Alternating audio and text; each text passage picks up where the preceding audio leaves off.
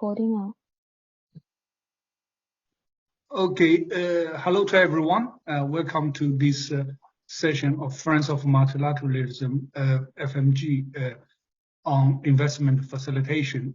For those of you who have been following us in the past few years, you know that we discuss many issues around WTO multilateral and also the so-called GSIs, the plurilateral ones. So we have done service domestic regulation, e-commerce, and also quite some sessions on the ways to incorporate the plurilaterals into the multilateral trading system.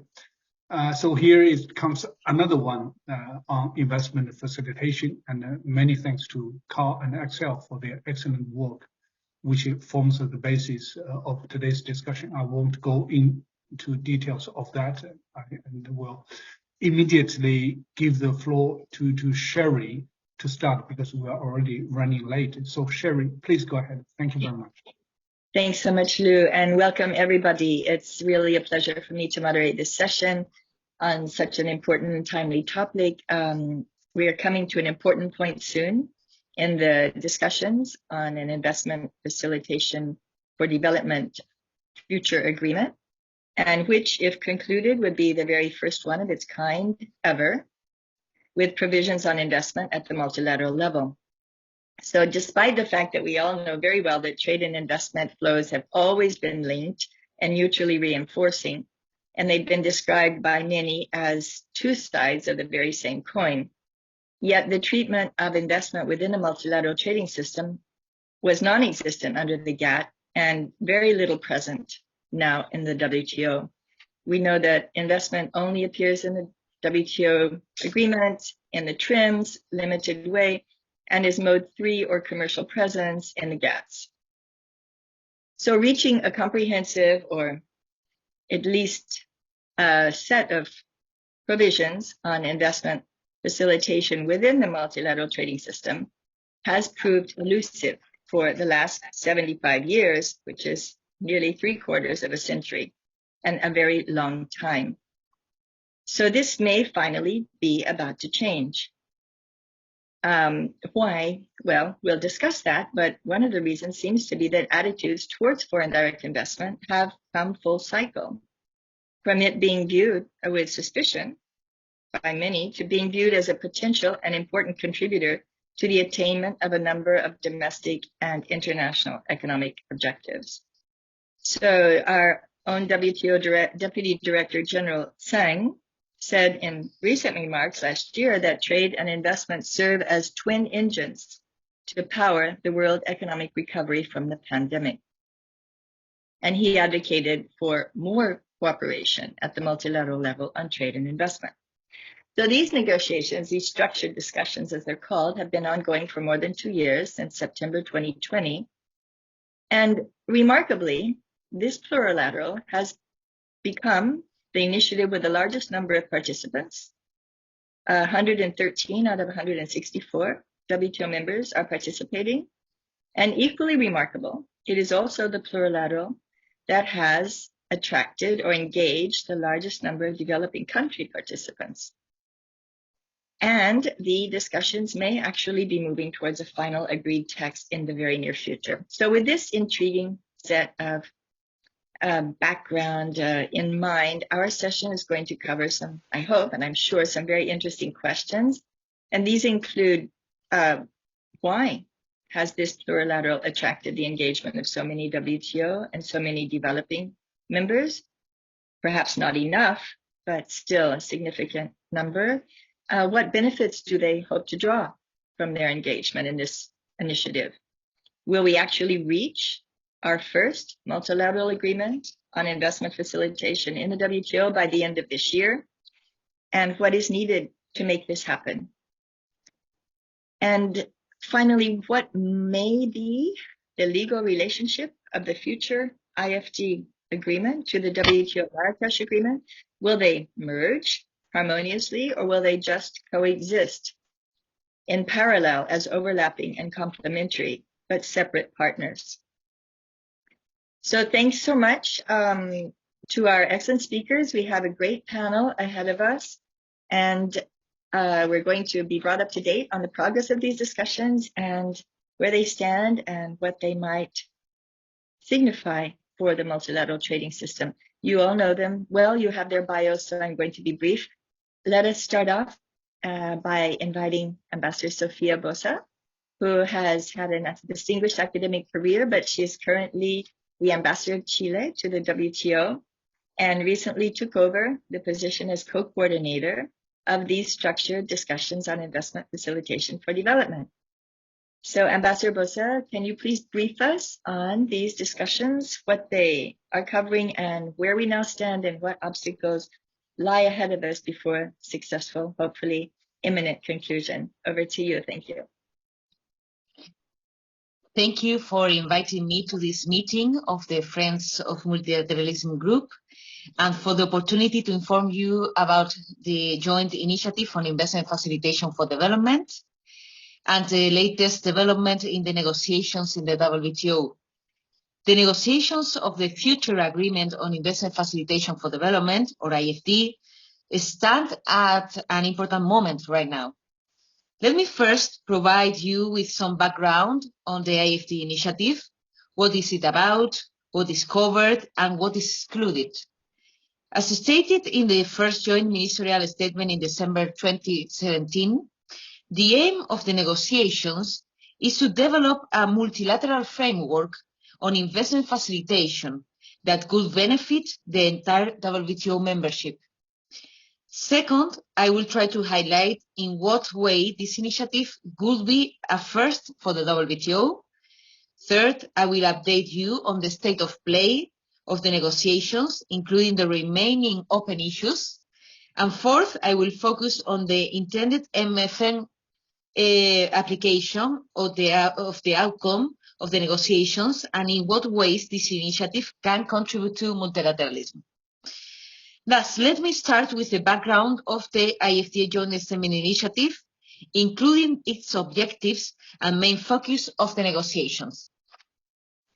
The Joint Statement Initiative on Investment Facilitation for Development was initiated, as I said, in 2017, launched by a group of developing countries with the aim to facilitate investment flows between members, and notably to developing and least developed country members. After over 2 years of preparatory work under the structured discussions on investment facilitation for development, the negotiations were formally launched in September 2020, aiming to develop a multilateral agreement on investment facilitation for development. As explicitly included in the negotiating text in Provision 1 on objectives, the purpose of the future agreement is to improve the transparency and predictability of investment measures, to streamline and speed up administrative procedures and requirements, to promote international cooperation, and to facilitate developing and least developed members greater participation in global investment flows. All of this serves the overarching aim of fostering sustainable development. Equally, it is important to note what investment facilitation is not about. It is not about market access, investment protection, and investor-state dispute settlement, which are clearly excluded from the negotiations. These three matters are also explicitly excluded from the scope of the IFD agreement.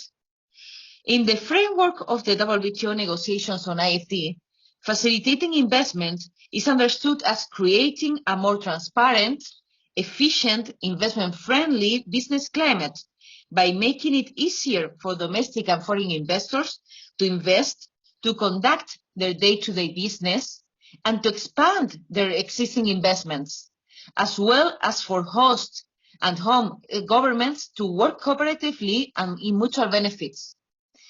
The agreement, which is being negotiated in a bottom-up, member-driven approach, aims at facilitating investment in all sectors, goods as well as services, and across the whole investment life cycle. It proceeds from a whole-of-government approach and is meant to be applicable at all levels of government, central, regional, and local. having the development dimension at its core is not just in the name. The future IFD agreement includes a comprehensive section on special and differential treatment for developing and least developed country members that is largely inspired from the TFA. The provision on general principles in that section provides that assistance and support for capacity building should be provided to help developing and least developed countries implement the provisions of this agreement. Developing and especially least developed WTO members participating in this initiative will be entitled to benefit from technical assistance and capacity building. Beyond SDT, the agreement, through its provisions promoting transparency, good governance, and due process in investment and authorization procedures, contributes in itself to promoting sustainable development. The agreement's provisions on responsible business conduct and measures against corruption also play a key role in this context. Timely note, in the midst of the ongoing geopolitical and economic crisis, whereby global IFD flows in the second quarter of this year fell 31% from the first quarter, a meaningful and good quality agreement on investment facilitation could offer an effective tool for governments to attract and retain FDI. Greenfield investments, in particular, are the main focus of the agreement and are of great contribution to long-term economic growth and help countries to remain resilient during the difficult times. Let me now point out to you a few ways in which the IFD Joint Initiative constitutes a first for the WTO, and also in what ways a future agreement on investment facilitation for development represents a logical continuation and further development of existing WTO agreements. As you know, investment is by no means a new issue to the multilateral trading system. The close relationship between trade and investment has long been recognized. One of the aims when the International Trade Organization Charter was drafted in the late 1940s was for rules on investment to exist alongside those for trade. When the ITO failed to come into being in 1950, leaving the more limited GATT in its place, plans for multilateral investment rules were suspended. Instead, international investment was addressed in a multitude of bilateral, regional, and multilateral investment agreements. Over the years, however, GATT and then the WTO began addressing specific aspects of the trade-investment relationship. A key case in point is the General Agreement on Trade in Services, which covers foreign investment in services sectors only, through the supply of services by a foreign company setting up operations in a host country, the so-called Mode 3. Another key example is the WTO Trade-Related Investment Measures Agreement, which prohibits trade-related investment measures, such as local content requirements that are inconsistent with basic provisions of GATT in 1994. A further example is the WTO Subsidies Agreement, which also has implications for investment incentives if they impact exports. Following the entry into force of the WTO, a working group on the relationship between trade and investment, which was established during the 1996 Ministerial Conference in Singapore to examine the relationship between trade and investment. This working group only conducted analytical work to lay the groundwork for possible multilateral negotiations in the future. But, as we all know, investment was dropped from the Doha round in 2003, and the working group is suspended.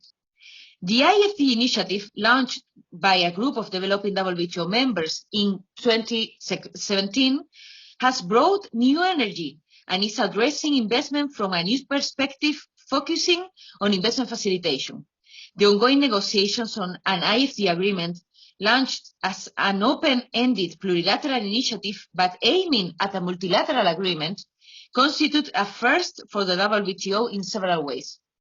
It constitutes the first attempt to negotiate comprehensive rules on the facilitation of investment in the WTO.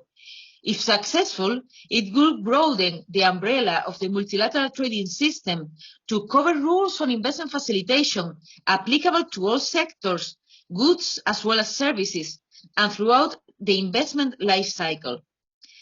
Provided a consensus can be found to integrate the future agreement into the WTO legal structure, it will be the first time that more global rules dealing with investment will be introduced into the WTO system.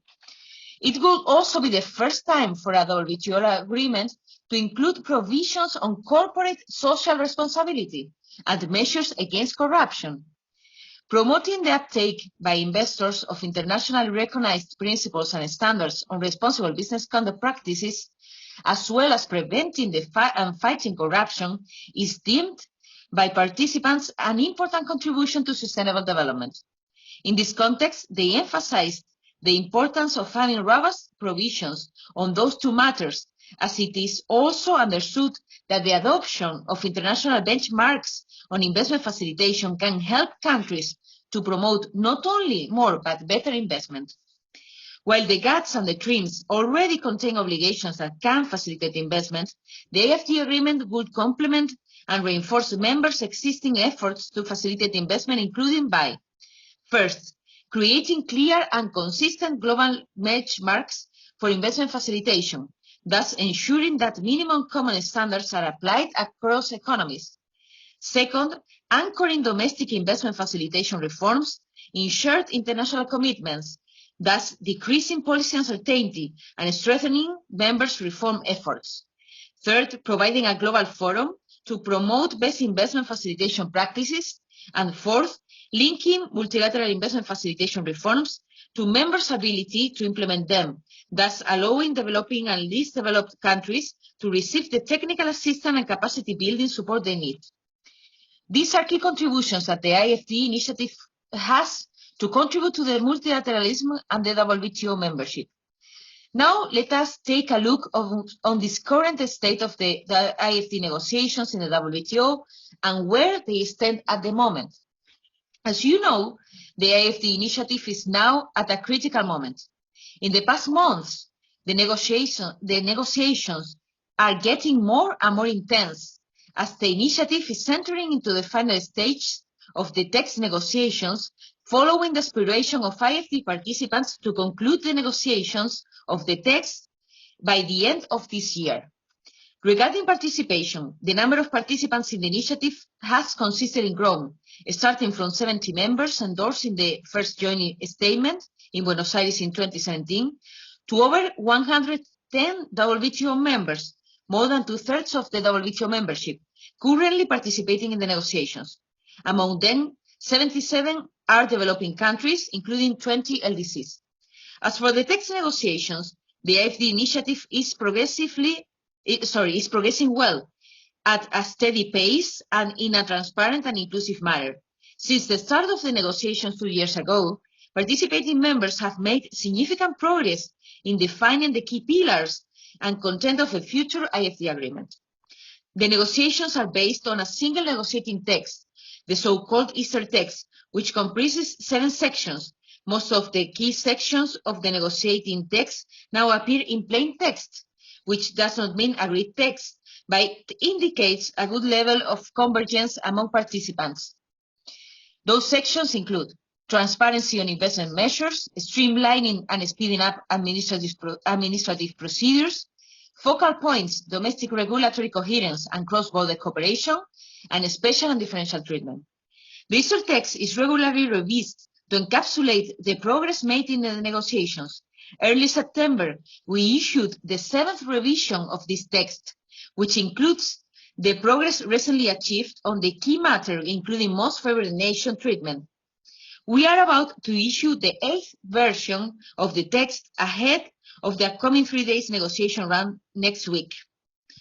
As for the key section of special and differential treatment for developing and LDC members, there is convergence on most provisions, but in-depth discussions on notification and implementation periods is pending. This section is of particular importance to developing and least developed members, as one of the core objectives of the agreement is to facilitate greater participation of developing and least developed members in global investment flows. While most of the provisions in the agreement are stabilized, indeed, a number of key issues remain to be solved. The most urgent and important ones participants identified being a scope of the future IFD agreement, including scoping issues and possible definitions, notably the definitions of investment, investor fund other member, and authorization. Other issues include responsible business conduct and the movement of business persons for investment purposes. In addition, we witnessed a new positive dynamic in the recent meetings whereby proponents of more difficult so-called sticky issues showed their maximum flexibility in revising or even dropping their proposals, allowing the negotiations to move forward. This concerns issues such as home state measures, supply development programs, movement of business persons, or transfers and payments. With this spirit and constructive engagement, I believe the end of 2022 deadline is not impossible to accomplish, I hope. Let me now say a few words on the possible MFN application of the future outcome of these negotiations. I will try to be very brief because I don't have much time. From the very beginning, participating members have aimed at developing a multilateral framework under the WTO, thus an outcome that would benefit the entire membership. As participating members wish to ensure a multilateral application of the outcome, they placed great importance in including an MFN provision. Given this strong desire, participants managed to reach a convergence on this very important provision and to include such provision as plain text in the Easter text in September this year. Importantly, having the MFN provision in the IFD agreement will stress the open and pro-multilateral character of the future IFD agreement. It will also send a very important positive signal and political message to non-participants, hopefully helping to bring them on board to reach consensus on the future incorporation of the IFD agreement into the WTO legal structure as a multilateral or plurilateral agreement. So I will leave it here because I overpassed my time, but I'm available for questions after the other presentations. Thank you very much. Thank you so much, Ambassador Sofia. That was actually excellent and very comprehensive and exactly what we needed to start us off in this session. You covered very comprehensively what the agreement is about, the originality of certain of its, the future agreement, I should say, certain of its provisions, its objectives, its the current state of play and what challenges remain and how and in what way it would be a first for the WTO. So thank you so much. Excellent. May I now turn to Dr. Axel Berger. Hello, Axel. Thank you. He's the Deputy Director of the German Institute of Development and Sustainability and also a founding member of the G20 Trade and Investment Research Network. Axel is going to help us answer the question I posed to start at one of them anyway, of why there has been such engagement in the IFD negotiations on the part of developing countries and what could be the potential benefits that they perceive they could obtain from this agreement and then also the implementation challenges they would have. And I believe he's going to share with us a few slides to help guide the remarks. Thank you, Axel, over to you. Thank you very much, Sherry. Thank you very much for the organizers of this group. It's a pleasure to be here, and it's obviously also an honor. And I hope you can hear me well, Sherry. Yes. Okay. Perfect. So I'd like to approach this topic in 4 steps. So first of all, I would like to paint the bigger picture and situate these plurilateral negotiations on IFD and compare them with other plurilaterals. And then the second step is obviously I'd like to discuss what's the problem that needs to be fixed third step is obviously what's in it for participants and also what's in it for non-participants. Here I'm going to talk about the benefits for the members. And then the fourth step is I'd like to discuss the challenges to make the agreement work, to implement it into, or to integrate it into the WTO system, but obviously also to implement it. And that, as Sherry said, I'd like to share some slides, only some, but I hope it helps a little bit to, where it is. Can you see my slides now? Yeah, okay, perfect. So yeah, let's start with the bigger picture. The interesting thing is, I mean, plurilaterals obviously are often thought as agreements, topics that are driven by the industrialized countries on certain topics that are of interest to them, and the developing countries are not really participating and kind of left out. That's basically the story, which might be true with regard to many plurilaterals, but not with regard to this one. It's actually, the IFD negotiation is actually one of the most, or if not the most inclusive plurilateral negotiation currently ongoing. We have more than 110 members participating, many of them developing countries. You see here a comparison comparison with regard to the Human Development Index, and so you see that this agreement really covers many countries that have lower Human Development Indexes. So these are the developing countries that are participating in these negotiations, and most importantly, it's a negotiation which is proactively pursued by developing countries. So it were the friends of investment facilitation, so the Brazils, the China, obviously, but then also Chile and other more developing countries that are really driving these negotiations. So that's the first point I'd like to make, which is important, and which is also kind of special if you situate these negotiations and compare them with other plurilaterals that are currently negotiated. What's the problem that needs to be fixed? I mean, obviously, FDI flows or FDI doesn't really flow to developing countries most often. And obviously, these are the countries that are most in need of not only the financing aspect of FDI, but also the technology transfer, the transfer of managerial competencies, etc., etc. But it's not happening. Why it's not happening? I mean, there are several reasons. I think the literature tells us that the bilateral investment treaties that the countries have negotiated don't really work. So it's perhaps perhaps it's also about underdeveloped national investment frameworks, which are not suitable enough to really attract and retain investors. So perhaps they are not transparent enough, they are not predictable enough, not efficient enough, the domestic actors are not coordinating well enough, etc., etc. So insufficient domestic investment frameworks could be one of the explanations why FDI is not flowing to developing countries.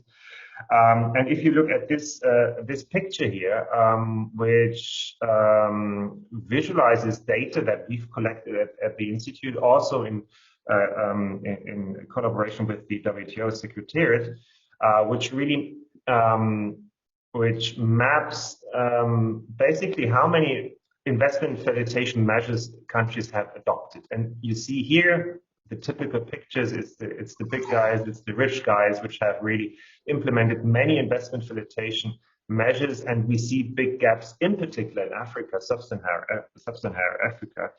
So this should show you, should underline that unilateral reforms on investment facilitation might not be enough.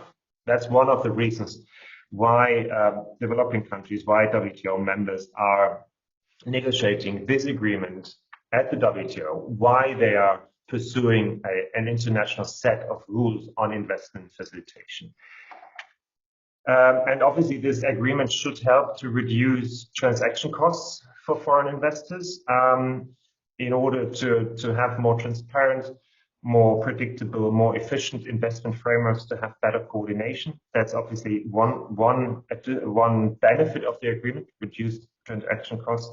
But then it's also the aspect, and I think Ambassador Bossa mentioned that already, it's this potential of peer learning, this potential for benchmarking, and having a platform where you could share experiences, in particular south to south, so among developing countries. I think that's also one of the key benefits of this agreement. And obviously, this has also already been mentioned, to increase reform pressure for governments that are willing to reform their frameworks and perhaps have a international framework to really make these reforms happen. What's in it for participants and what's in it for non-participants? So again, based on our investment facilitation index, the data we've collected, colleagues from the Institute, my colleague Soyana Alexei, but also with a colleague from the US, Ed Balistreri, they did an economic simulation, economic modeling. I won't go into the details, that's not my topic. I just present their research here. But their research is interesting, in particular because it shows that, in particular, those countries that are in need of FDI might benefit the most. In particular, low and lower middle income countries really have a potential to benefit from the agreement in terms of welfare, in terms of GDP growth. That's basically the key message, and it's also another key message is it helps to be part of those of the group of countries that are negotiating this agreement. For example, let's look at one prominent outsider, India, obviously a country which is very skeptical of trilaterals. But if you compare the benefits that India would get from this agreement, and we've heard that there will be an MFN clause, the benefits in terms of welfare increase if India stays outside is 0.82. But if India would join these negotiations, the benefits are fivefold or even more. So that's also a strong message that there's a big potential in terms of economic welfare from this agreement. Now comes the but. I've used the headline that it's an agreement which is easy to negotiate but difficult to make it work. Obviously, Ambassador Bossa might disagree, and also the negotiators in the room might disagree that this is the negotiations are difficult. But my observation is that negotiations are well advanced. You're making really good progress. And it's also the big controversial topics are not on the agenda. No ISDS, no investment protection, no investment liberalization. So it should be an agreement which is relatively easy to negotiate. But obviously, in order to make it work, you have to first of all integrate it into the WTO. That's a highly legal issue, but also a very political issue. I won't go into the details because we have the expert in the room. Hamid Mamdouh will talk about it. I would just pose a question that, if there's no consensus among members how to integrate the agreement into the WTO system, are we looking at an eternal provisional application in order to enforce the agreement? But Hamid might pick this up and have his own thoughts on that. I'd like to focus on the other aspect of how to make the agreement work. Obviously, developing countries benefit most from the agreement because they have the biggest reform gaps, and that's what this graph should show you. So there would be large policy shocks, if you like, if they are becoming part of the agreement. These are the red and orange bars. But obviously, in order to benefit, you have to be able to implement those measures, and that's about that's about the knowledge about the measures. what kind of measures are there? How should they be implemented? So it's about knowledge. It's obviously also about costs. Yeah, it's also costs involved, financial costs, but also administrative costs to really implement those measures. Sometimes you have to build new institutions in order to implement the agreement. So that's another aspect. But it's obviously also political will, which is involved in order to really make this agreement happen. And that's an interesting aspect of these negotiations. IFT negotiators decided to take the model of the TFA, the Trade Facilitation Agreement, and make the implementation of the measures in developing countries conditional on external support. I think that's a key issue, that industrialized countries should support developing countries in order to implement the agreement, because obviously their investors might also benefit from better investment frameworks in developing countries. So that's an interesting aspect, and I think Carl will also talk about that. Let me finish with a suggestion on a needs assessment process. In order to really define what kind of support is needed, you have to analyze the needs, and also here the TFA is a very good blueprint. And it's really good that the WTO Secretariat, but also international organizations, are coming together and trying to set up a needs assessment process, a structured one. But obviously, what is needed at this moment is really a commitment by not only by the industrialized countries, but perhaps also by developing countries that have the capacity to support other developing countries, the Chinas, the Brazils, etc. In order to really make an effort and make a statement, we will support you in implementing this agreement, because it will have you, it will also have our investors. So that's basically the 4 points I'd like to make. Let me stop here, Sherry. I'm obviously happy to answer questions afterwards. That was great, Axel. Thank you so much. You really took on from where Ambassador Bosa left off and discussed this from the point of view of the participants and even the non-participants sometimes, and emphasized the inclusive nature of the current negotiations at the WTO in this area, investment facilitation for development, and that, you know, they're important. Why are they important? Because investment frameworks in many parts of the world are insufficient right now, and it's in everybody's benefit. It's a win-win situation to make them better, in fact, on both sides. And I think that may be one of the answers we're looking for as to why there is so much engagement in this potential future agreement. But as you say, easy to negotiate, perhaps? Well, relatively easy. I'm sure Ambassador Sophia thinks it's not that easy all the time, but relatively easier than it would be if it had the components that it doesn't have on market access, investment protection, and investor-state dispute settlement. But nonetheless, challenging to make work for those reasons that you said, and we're going to discuss those further. And that's actually a key point of what we'll hear in the comments to this panel. Now let's turn to Carl. Carl, it's great that you're here.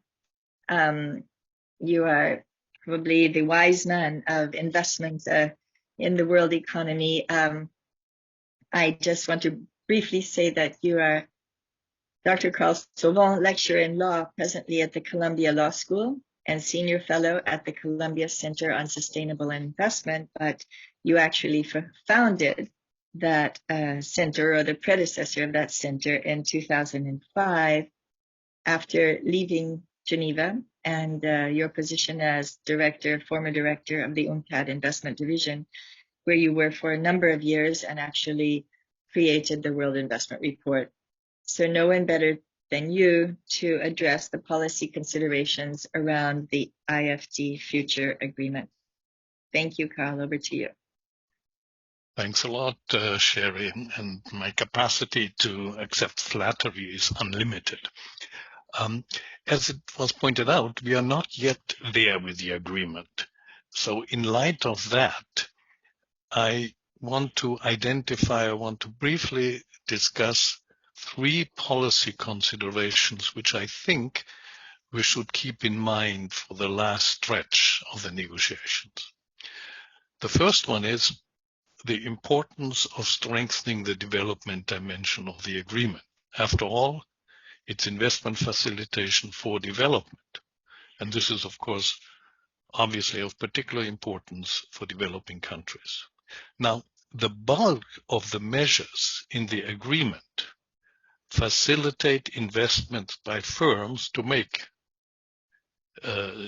investments. And of course, these investments then contribute to development. It's an indirect approach. More investment, and investment will facilitate development. And that's fine. I have no problem with that. But there are also a few concrete investment facilitation measures listed in the agreement that directly contribute to development, especially, as it was mentioned, responsible business conduct and supplier databases. And by the way, the toolkit that was prepared in the framework of the project, and Matthew actually participated in that as well, contains many more measures of this type. And you have the link in the invitation. But responsible business conduct, which after all includes all sorts of things like not avoiding taxes, technology transfer, training, a whole set of issues that are of direct importance for development. That particular provision, as Sophia pointed out, is not yet stabilized. And I think it should be as strong as possible. And in addition, another provision that is important for developing countries, namely supplier development programs, has not yet been accepted. By the way, it's a proposal made by an LDC. I think it may be the only proposal made by an LDC in the negotiations. And of course, supplier development programs are important because they strengthen the domestic enterprise sector, which is, after all, the core of development. And just to clarify, supplier development programs have nothing to do with local content requirements. They're all about upgrading domestic firms to be ready to supply foreign investors if foreign investors want to source locally. So strengthening the development dimension of the agreement is important in and by itself. And it should be an inducement to join the negotiations, as we have heard from Axel. But strengthening the development dimension also helps to make the agreement more acceptable to civil society. And this is where political consideration comes in. You can't exclude the possibility that civil society will at one point start focusing on their agreement and not in a supportive way. We have seen that in the past. Just think of the multilateral investment agreement that was thought to be negotiated in the OECD and in the context of other type of international negotiations. So I think that's an important consideration. The more the development dimension is strengthened, the stronger the argument that this is really for development. So I think very practically, negotiators should be encouraged to include a strong responsible business conduct provision and supplier development programs provision in the agreement to strengthen the development dimension. So that's my first policy consideration. The second policy consideration Axel has alluded to is home country measures. So far, the agreement entirely, meaning almost 100%, focuses on inward FDI and what host countries can do, meaning in particular developing countries. But of course, there is a proposal from developing countries to also include home state obligations in the agreement.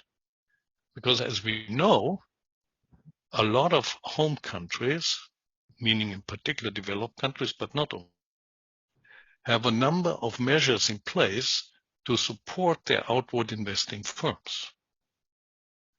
And if you want to facilitate investment, you can do that on the inward side, but of course you can do it on the outward side. Now, of course, I realize supporting outward investment is a tricky thing in many countries, including developing countries. So I can understand that it doesn't get lots of attention. But I think at least one could think about including a provision on transparency of home country measures for those countries that have them. It could be a simple provision just saying, make public in one way or the other, what are you doing by way of supporting or facilitating outward investment.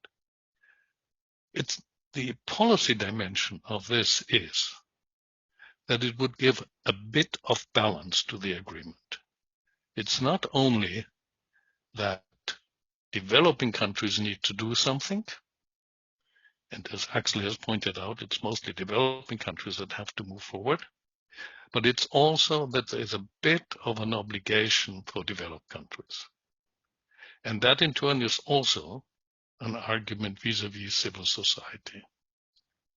So my suggestion would be to encourage the negotiators to include a provision on home state obligations. And my third policy consideration is picking up on Axel again, namely the importance of technical assistance and capacity building for needs assessments and implementation.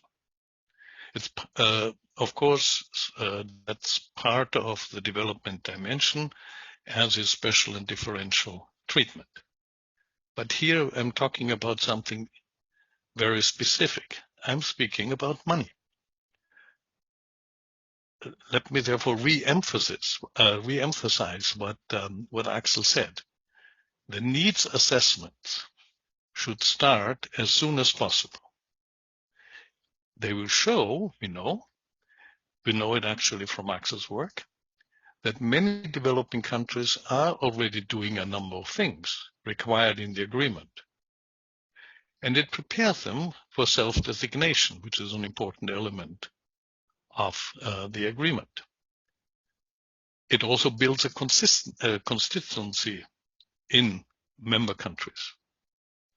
And importantly, if need assessments start now, it shows to non-participants that they are missing out, that they are not part of the process which helps to the improvement of the regulatory framework, which is important in a highly competitive world investment market.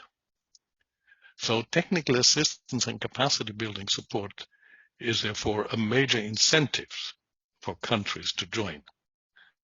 And the more WTO members join, the higher the chances that it will become a WTO agreement. But there is no commitment yet from donor countries in a position to do so, to make substantial funds available for need assessments and implementation. I think that's a shame. And I think it should be done. And it should be done as soon as possible, perhaps in a new declaration at the end of this year, a clear statement that substantial technical assistance and capacity building funds will be made available for need assessments and implementation. It could be an important inducement for non-participants to join in. Well, that's all I wanted to say by way of introduction. Thank you, Chair. Perfect, Carl. That was very complimentary to the other two presentations, and you brought out some really important points around the three policy considerations you presented. The importance of strengthening even further the development considerations of the agreement, the relative, a little bit rebalancing of the agreement by including home country measures, And lastly, the importance of capacity building and technical assistance. And I actually will ask a question based on this when we open our discussion to our co-coordinator. So since you tantalizingly said that this, if funds were pledged, this might be an inducement to conclude the negotiations sooner and to garner greater participation. So maybe I will turn it over, but not before we hear comments from our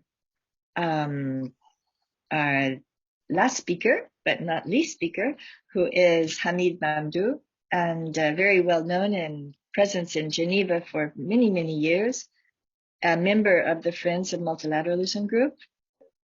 And he's currently the senior counselor at King and Spalding, but was the former director of the WTO Services Investment Division for over 15 years and presided over many discussions and negotiations on services.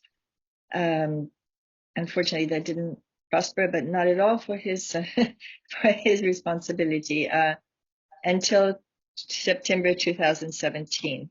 And we're now happy to have his advice and his views on the relationship of the possible options for a relationship of this future agreement with the WTO, which is a very important question, as Axel pointed out, in terms of how effective it's going to be and what role it's going to play in the multilateral trade system.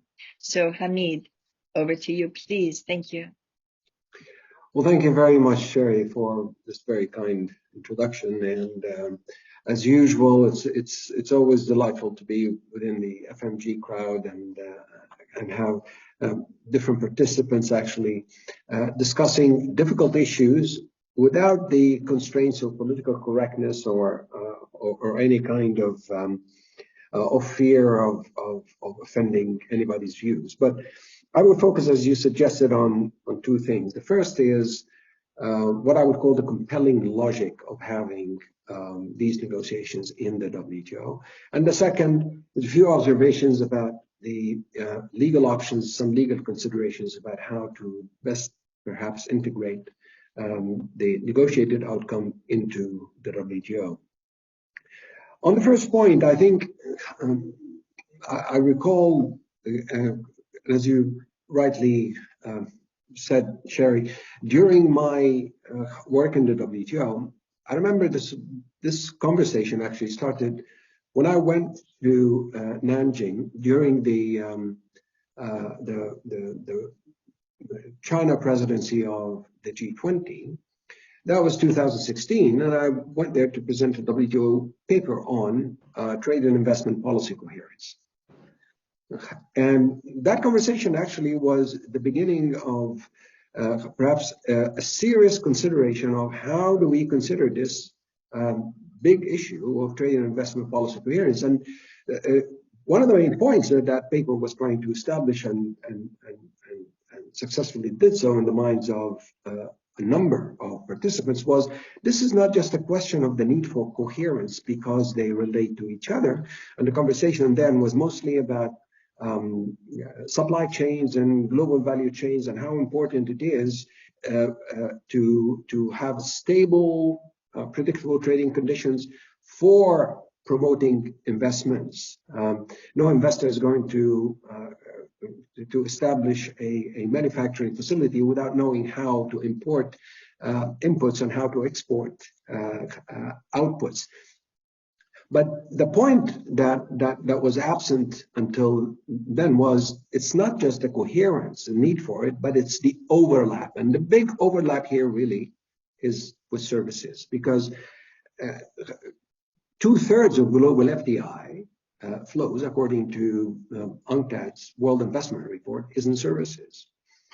And FDI in services is part of trade.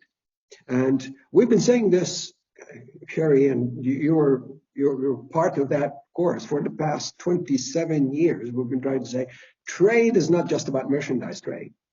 Trade is about trade and services, and actually services trade is growing a lot faster than merchandise trade. Not only that, but it raises the the complex regulatory issues that actually require a lot of attention from policymakers, academics, think tanks, as well as the business community.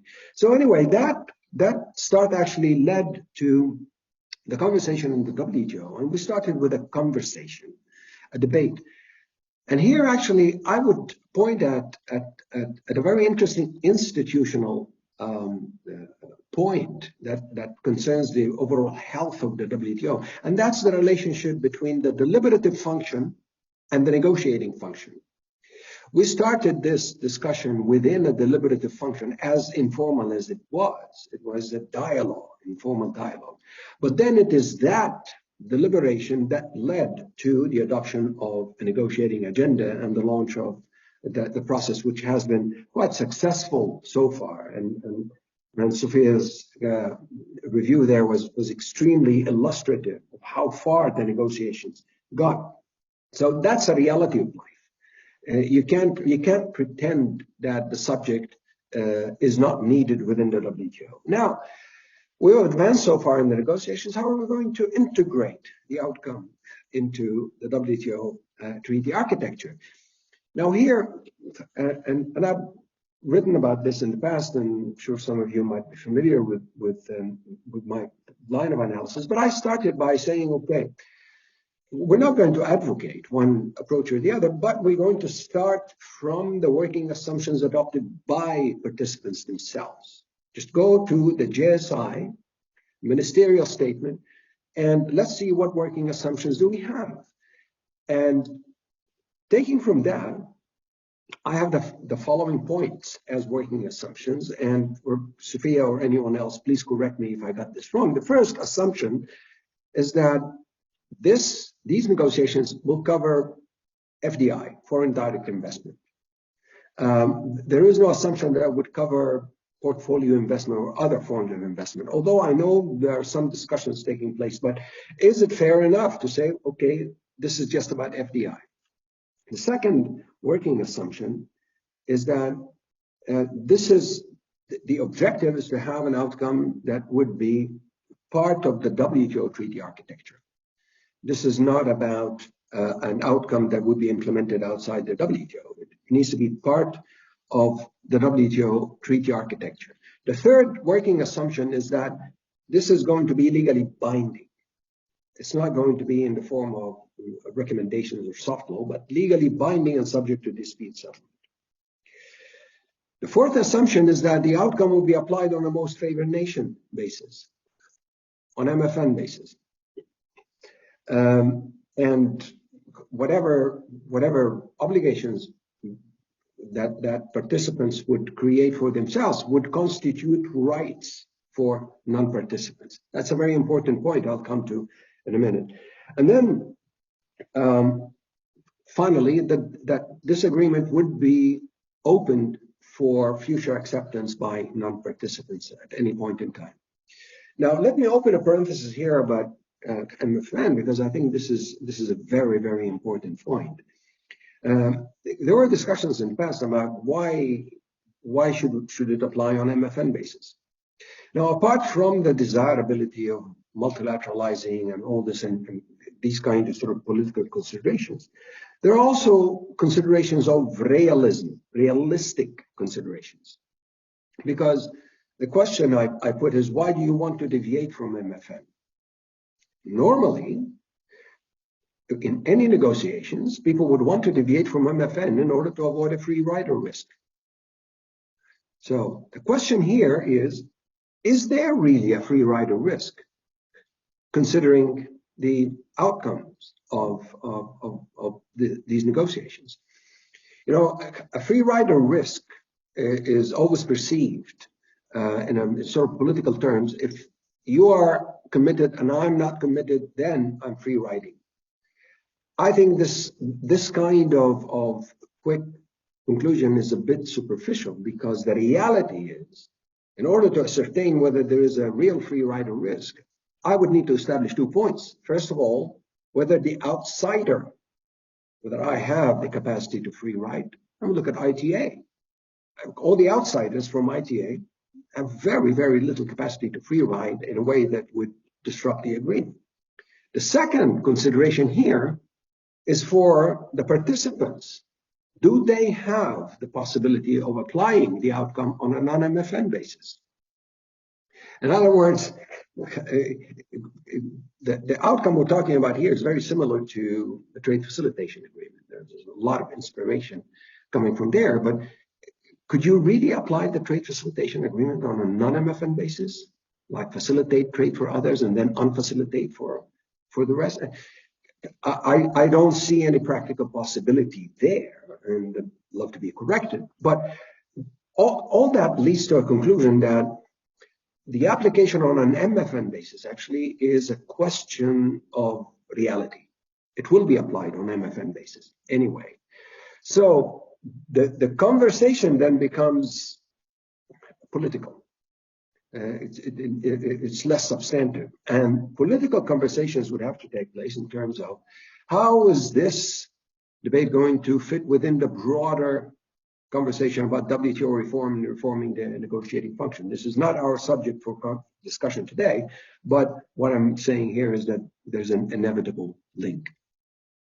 Where does this inevitable link come in?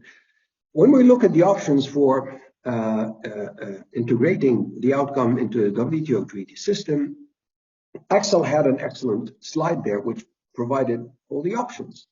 One option was to schedule under the GATT and the GATS. I don't think that's a viable option in order to cover the substance of what needs to be covered there, because then you would not cover any FDI situation other than services FDI. The second is to have a new standalone agreement, and this is the fork in the road. But if you're going to have a new standalone agreement, then the next question is going to be under which annex to the WTO agreement would you fit it? Because you have two annexes under the WTO agreement that contain substantive agreements. Annex 1 and Annex 4. Annexes 2 and 3 are about dispute settlement and trade policy review. Annex 1, by definition, says these are agreements binding on all members. So you have a misfit there. This is not going to be binding on all members, obviously, unless something dramatically changes between now and the end of the year.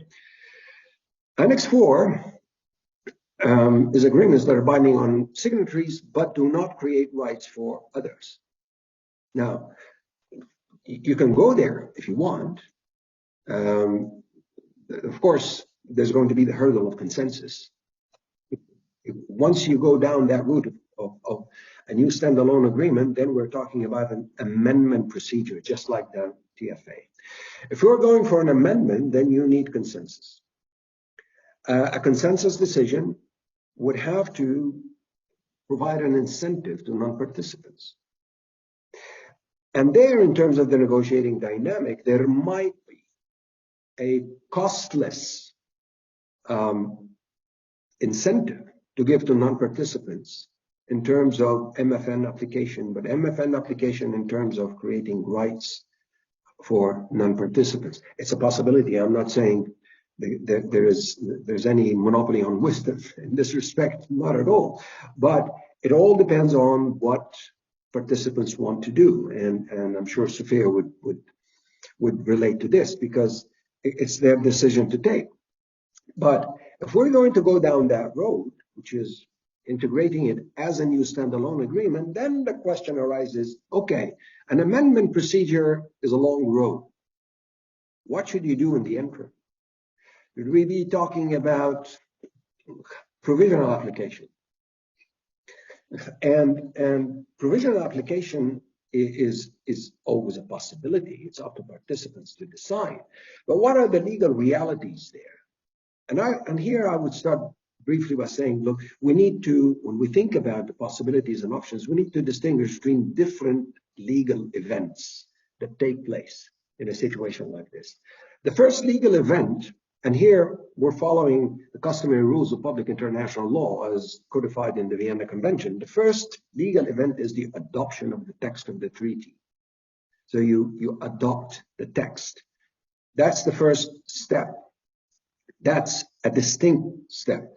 Once you do that, the following step is to decide on how you're going to integrate this into the treaty architecture. Is it going to be an amendment? If it is an amendment, then that decision is the following step, that this would be integrated through an amendment procedure. And then, of course, there's so many details there that need to be worked out. I'm not going to get into that. But then participants may decide that, okay, as we work through the amendment procedures, which would take some time, and there are clear legal rules in the WTO agreement about how you give legal effect to an amendment. In the meantime, we will apply this agreement on a provisional basis. And the legal basis for this is to be found in public international law, in Article 25 of the Vienna Convention, the provisional application of a treaty. There are ways of doing this in a manner that would satisfy the conditions that participants would agree on. And there's a series of questions there that need to be answered, and I won't get into that. But it is a possibility. And then the last legal event would be the definitive entry into force of the agreement with a successful conclusion of the amendment procedure. So if we look at it in terms of steps, adoption of the text of the treaty, agreement on the route to be taken if it is amendment, agreeing on provisional application while the amendment is concluded, and then the final entry into force in accordance with the amendment procedure as worked out traditionally would be done in an amendment protocol, like what we did with the trade facilitation agreement.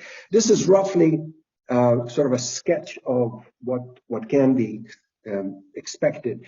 And one thing I would invite you to think about is MFN and the free rider risk, because this is actually sort of poisoning discussions, not only in investment facilitation, but elsewhere. And I was looking at slide number 2 that Axel put on the screen about countries that have advanced and countries that are left behind. And I was thinking, who is going to free ride there? You know, something you might want to think about, Axel. But sorry for being long, and thank you again for the opportunity to have this chat with you. And back to you, Sherry.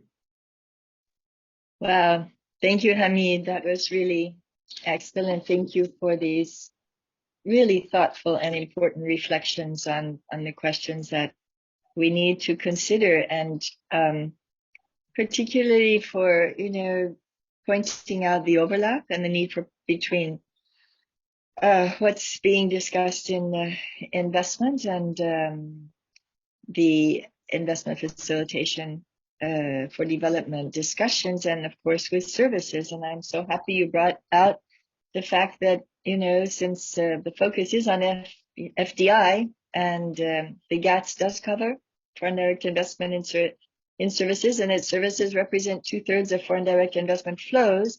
However, we know that the IFD is not covering market access, and that the GATS focuses on market access and national treatment. So in a sense, that overlap is a little bit less, but the overlap with the facilitation measures and the transparency provisions does exist. And nonetheless, we need to make everything as coherent as possible, and we can't forget this aspect.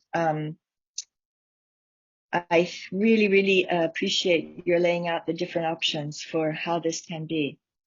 The future agreement can be integrated into, potentially into the WTO. They're not, they're complex to think through, but they're really important. And how it can be made and is legally binding, and then would have legal status. And I think it is also really important, your points that it's really hard to think of a free rider situation in this context, because it's almost impossible for WTO members to apply this outcome on a non-MFN basis. It's like when you change a regulation in services, you don't change it in a differentiated manner towards different countries. You change your regulation and you apply it to everyone in the same way. So just like in trade facilitation or in services domestic regulation, you apply those changed regulations across the board. So in that context, there really is not a free rider a problem. And that's a really important consideration. And I think to debunk that perception is very important going forward. I hope that is done in the context of the discussions, the IFT. So, well, this has created a lot of food for thought. I think that Lou has indicated that we can carry on our discussion for a few minutes beyond time. And I'm sure that many of you want to step in and offer your own thoughts. So since I see a hand up, I want to call on someone I know well, and that is Matthew. Please.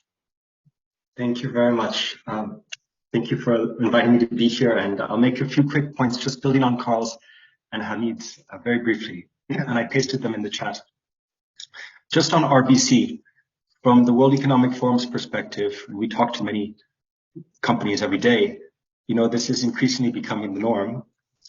There's been a shift to stakeholder capitalism and, you know, the ESG reporting and so forth, and this is very much in that vein of sort of what companies, where they're going. So I just wanted to build on that. And that's what we uncovered as well when we had these meetings with investors and other experts that Carl and I, together with ITC and others, have organized.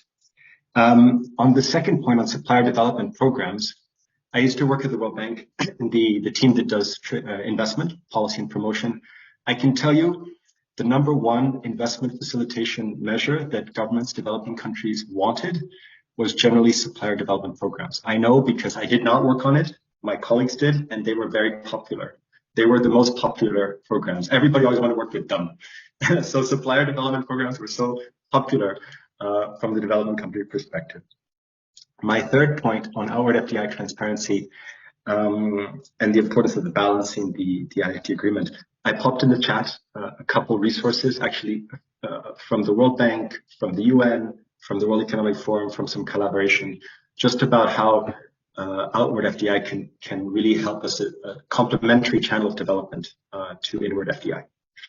And then the final point on this is perhaps the most interesting part, a little bit more controversial. So I've spoken to a number of African economies, and they often question, amongst other economies, why should this be subject to DSU, dispute settlement understanding? Why should it not just be best endeavor? Why should it not just be at UNCTAD? Why is it at the WTO? Part of that we know is because of the relationship between trade and investment and how they're interrelated. But I think another strong part of it, and again, speaking from our experience working on these issues with investors and others, is twofold. One is that it will create confidence by being a binding commitment. It'll actually improve the investor confidence, the investment climate in terms of the certainty. That really makes a big difference to investment. And two, I think, is the fact that, you know, the binding nature also brings with it all the technical assistance that Carl talked about, because of sort of the resources that come into implementation. So it's sort of they go together, right? You make a strong commitment, but you have strong support. So I just wanted to share those 4 thoughts that came up in the conversation. Thank you so much.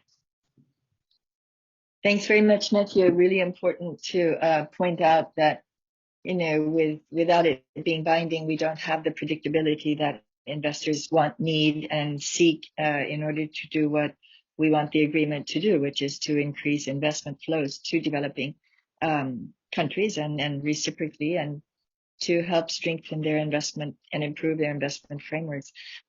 Thank you also for the sources. And I would like now to offer the floor to anyone who wants to comment on Hamid's different options for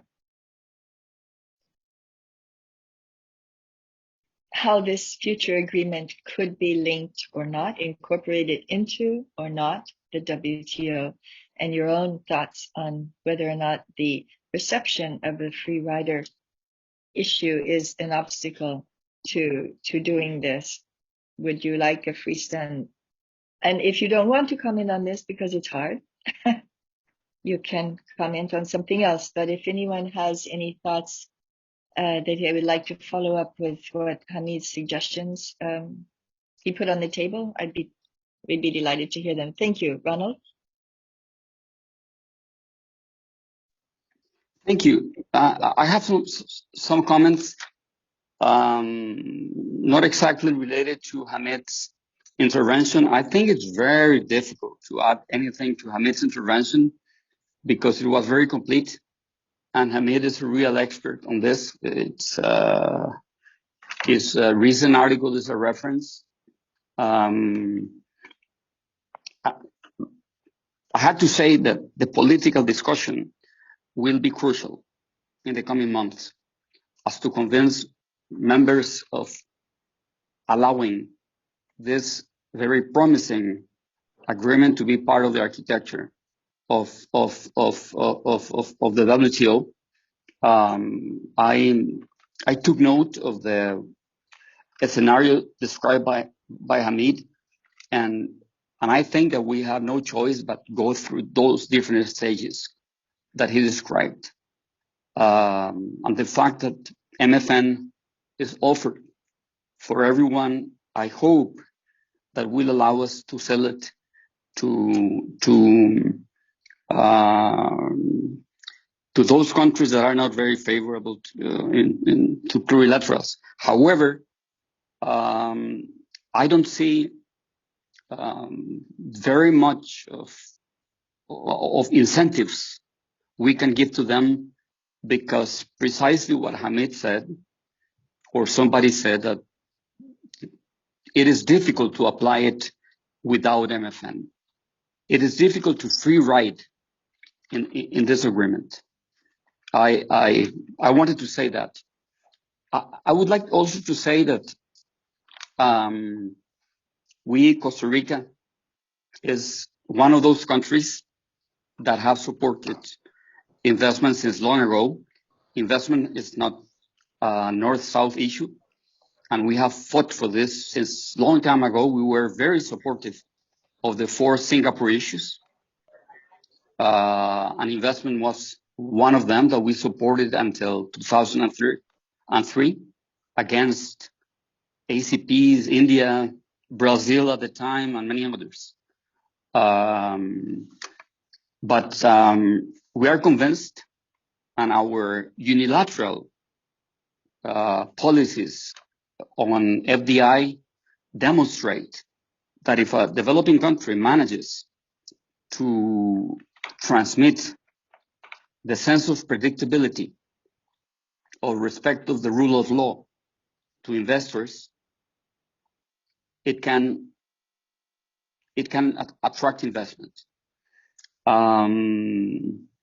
We have been lucky to do it, and being successful in attracting foreign direct investment in high tech, and during the past 30 years, and it has been it's a story of success. I'm not going to get into that. It is well known that Costa Rica is good in foreign direct investment attraction. What is important here is to help other developing countries achieve that predictability and achieve that sense of rule of law that they don't have now, because many of them have legislated in the appropriate way and still that they don't receive investment. So I think that this happens because either they are not in the radar of investors, or mainly because international law does not guarantee that the rules that they apply to investment are going to be the same for the future. And this agreement, I think that by creating a set of standards, transparency, and the facilitation of investment will allow developing countries to be more credible in the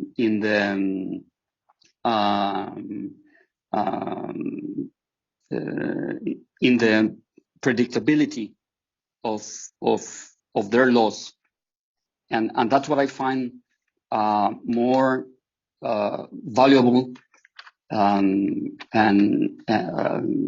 the proposal, even though it's not the agreement that we would have preferred, because we were very ambitious. We wanted the 3 areas that Sofia mentioned that are excluded.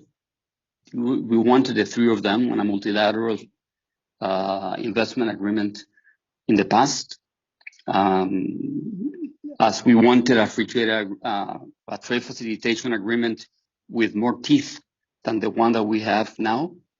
But we still believe that is a great step, and we thank very much the leaders, Chile, Canada, for the work that they're doing.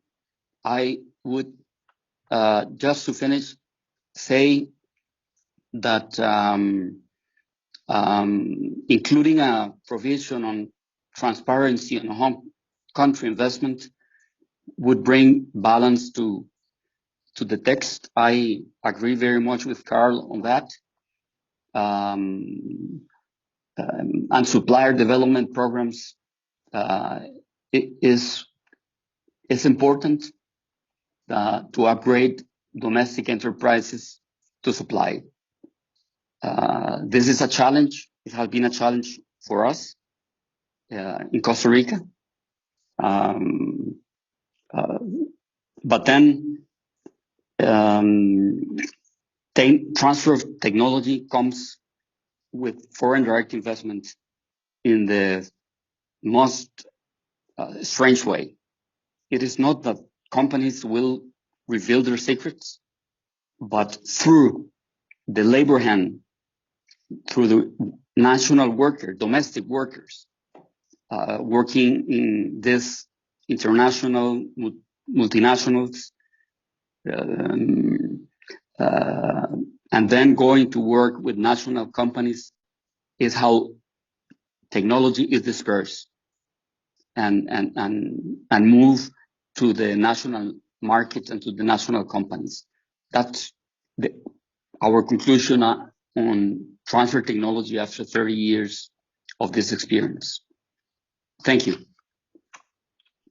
Thank you very much, Ronald, for your comments and on the MFN free rider question, and also on Costa Rica's experience and your support for the successful conclusion of these negotiations. I have 2 speakers here and a question in the chat from Brad McDonald. I want to give everybody the opportunity, so I will, if you don't mind staying on, whoever can, for any little bit of an extended period.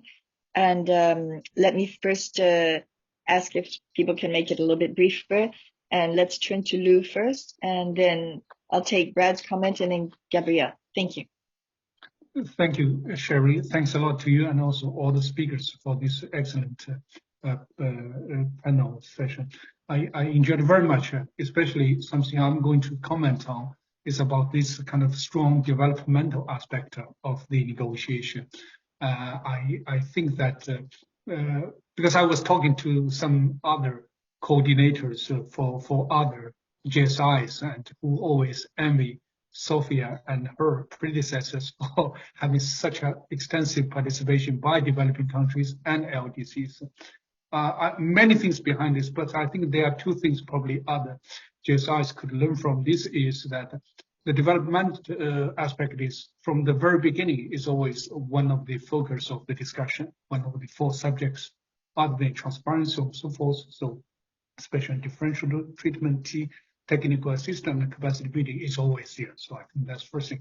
The second thing is that very much a kind of proactive engagement by coordinators like Chile and others, and also the facilitators of this initiative like China and others, who has brought some of the LDC's ministers and the senior officials to the countries like China, for them to see that with their own eyes, the experience of investment zones, development projects, and so on and so forth, and which helps to upgrade the capacity of the host countries to absorb investment, but also to benefit from it. So I think those are the 2 things to say.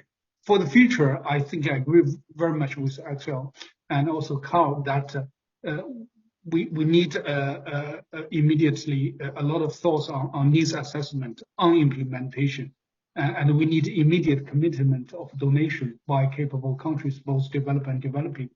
The other thing I want to add a little bit, probably just my personal thoughts, would be that other than the traditional training, capacity building workshops, I think that we probably need something more innovative. Like I said, that probably a platform of experience sharing.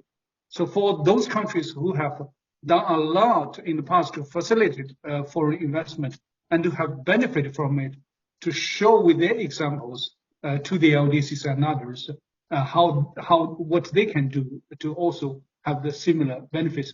This can happen not only, this should happen not only at the two meetings, but also, as I said, at the countries where things are happening. I think that's the thing.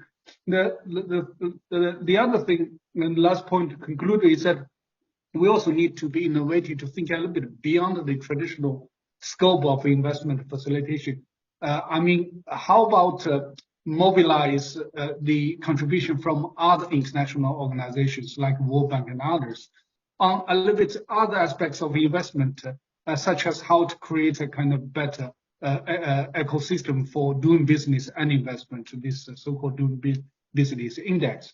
How can we bring more resources to develop infrastructure, which is, of course, the sound basis for good investment. And the last point is that how, as Carl said, that how could we make sure that investments in the host country can help upgrade the manufacturing capacity of the local companies, and also the potential long-term capacity for the host countries, host country to invest outbound. So those are the things I think that will be important to further the discussion on development aspect. I'll stop here. Thank you. Thanks a lot, Lou. Those are really very useful and comments that added to the rest of our discussion. I won't summarize them because we don't have much time, and I'd like to go. I see there's even more questions, so I will actually change what I said. We'll go to Gabrielle, and then we'll go to Ambassador Tehaki, and then I will ask Brad's questions to Ambassador Sophia, and at the same time ask her to wrap up her final thoughts when she comments, and then to Axel, and then to Hamid, and we'll close. So, Gabrielle, please, over to you.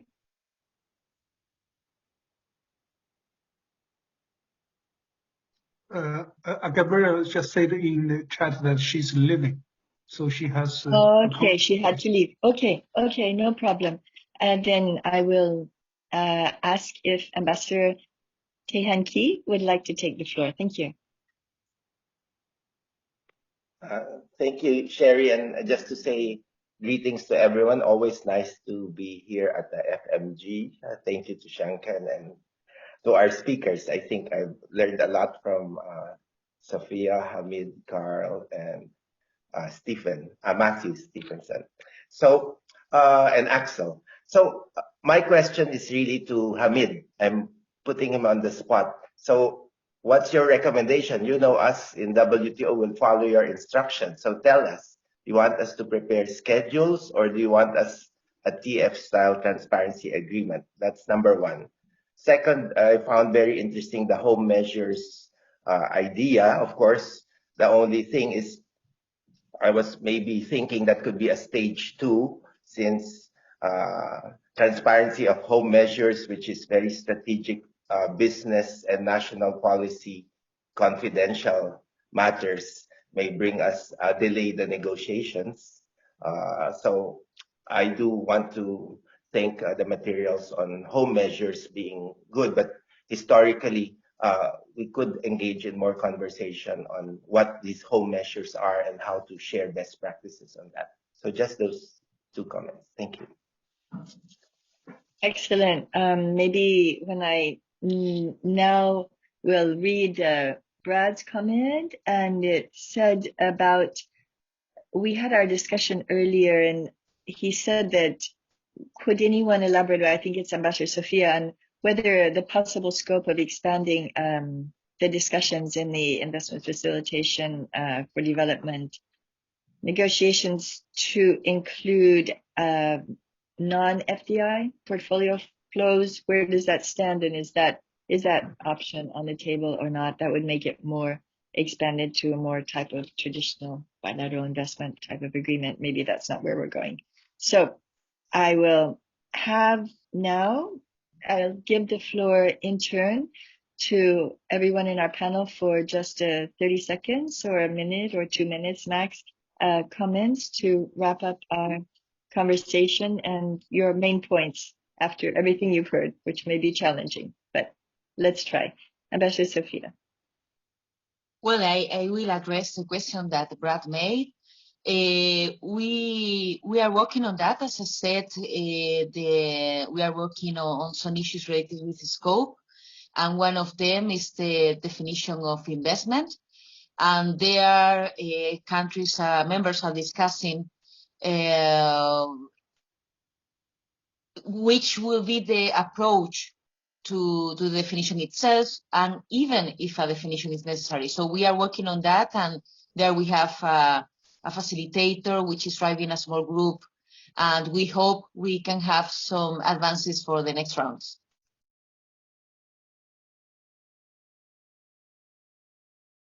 Thank you very much. I know I was deeply involved with the FTAA, Free Trade Area of the Americas negotiations for a decade, and actually the question of definition in the investment area was one of the ones that took us the longest. So I hope it won't take you too long, but it's a very important question because obviously that defines the scope of the extent of application of the obligations that are developed is the scope. So Axel, can we hear from you, please, on your two main observations? Of course, yeah. Thanks, Sherry. I actually only have one point. It's about implementation. I mean, we heard that negotiations are well progressing, and I think the negotiations are in very capable hands with Sophia and Ambassador Park and all the others. But in order to really make a difference, developing countries need implementation support. And that's the key point. So what is happening now is crucial. Obviously, we need an agreement, but what is happening afterwards in order to integrate the agreement into the WTO and contribute to WTO reform is important, but it's also important to really support developing countries to implement the agreement. I think this focus is crucial. The WTO's history is not always bright in that respect with regard to the implementation of WTO agreements in developing countries, but this is really the chance to make a big difference. Very important point. Very important point. Now I want to turn to Hamid, and Hamid, Ambassador Tehanki put you on the spot and asked for your own opinion in terms of the options that you put on the table, if you care to give it. And yes, very, very quickly. Thank you, Manuel, for the question. The short answer is, and this is why actually I started with the working assumptions of participants. What do they want? It's their choice, but if the working assumptions I mentioned in the beginning are correct, then I would say the scheduling option is not really a satisfactory option, because whatever you schedule under the GATT or the GATS will be subject to the scope and definitions of those respective agreements. So what you end up with is not actually covering any non-services FDI, because the GATT covers only the treatment of products, not producers or investors. Like the GATS covers services and service suppliers. That's not the situation in the GATT.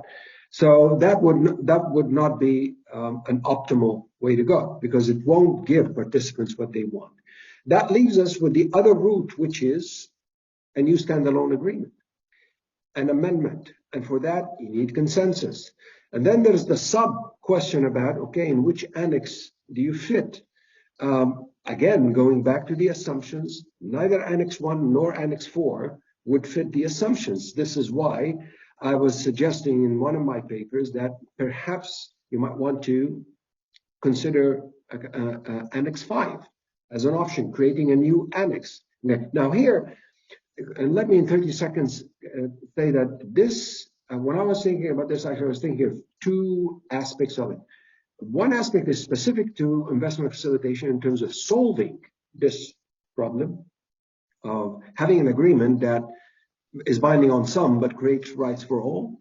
But the other one also was the sort of broader view of WTO reform. And one of the sort of perspectives for the WTO system now is that over the past 27 years, we've had this increasing diversity of membership. And that calls for new variable geometry in terms of negotiated outcomes. When we've considered variable geometry, that's why we have scheduling under the gas, but maybe this variable geometry would require broader application across the system, and maybe for the future of the WTO or the WTO of the future, we would need to have this kind of possibility of negotiated outcomes and new agreements that would be binding on some but create rights for others.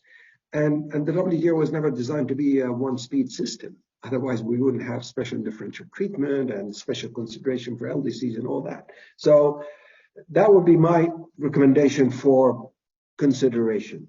I hope that answers your question, Manuel. Thank you. I think that's very, very clear, Hamid, and really useful. And therefore, rather than concluding, as I promised, I'm going to turn back to Ambassador Sofia and ask her one final thing, whether or not these various options that ask her two final things, whether as co-coordinator and whatever you can share with us, whether these options that Hamid has put forward to us in our brainstorming session today are being considered in the negotiations as possible outcomes. And the second question that I think Carl implied, which was that if the needs assessment could begin sooner rather than later and the funds pledged, would you think that would help the agreement to come to an earlier conclusion and actually encourage as many countries as possible to join in? So with these two answers, after that, we will close. Thanks. Over to you. Thank you very much, Sherry. Very shortly. On the first one, of course, this is an issue that is taking the attention of the members, how to include the agreement once finalized in the architecture. We hope, as I said, that we can arrive to a multilateral approach on that, but we know that that is the for us at least that's the most desirable output, but we know that we have to consider different options, and yes, the members are very interested in that, but we haven't had a conversation in which we have I mean, we haven't measured the agreement that the different members have with the different options. That didn't happen, but because we want to finish the agreement, that's our goal, the content of the agreement itself. But we know that we need to discuss about that, and we hope, as I said, that we can, because this is a pro-multilateral negotiation, we can have an outcome in that sense. But if not, we are open to discuss different options, and we thank Hamid for all the information that he, in this time, not only today, but he has written papers on that, and this information is very valuable for us. And on needs assessment, yes, of course, the Secretariat is finishing a guide on a guideline on needs assessment, and we are working on a program to start as soon as possible with the different assessments. So we are working on that because we know that implementation is essential, and of course, especially for developing and least developed members, they are thinking about that now that we are approaching, I hope, the finishing line of the negotiations. So we are working on both issues in this moment. But our priority, finishing the negotiations. Thank you very much. Thank you for addressing both of those outstanding questions. And I think we could go on for a long time, but I think we can't. Everybody has constraints in life, and I know you do too, and other obligations. And I want to just really warmly thank everybody who spoke in our panel.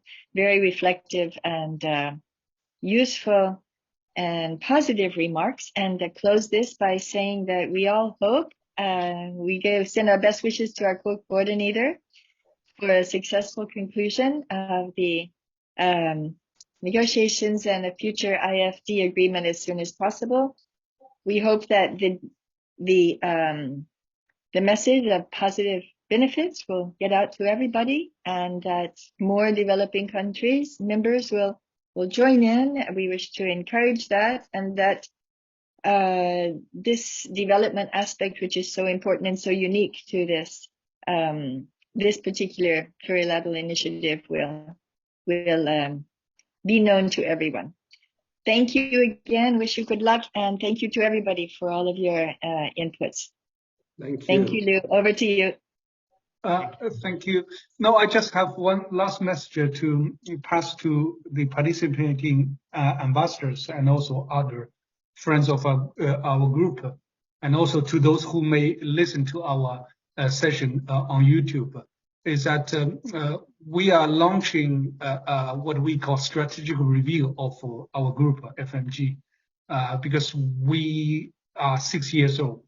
So we are just going to debate from December on how, first internally, how we can graduate from kindergarten into primary school, and try to be more mature and also be stronger and to better serve, of course, the WTO and its members.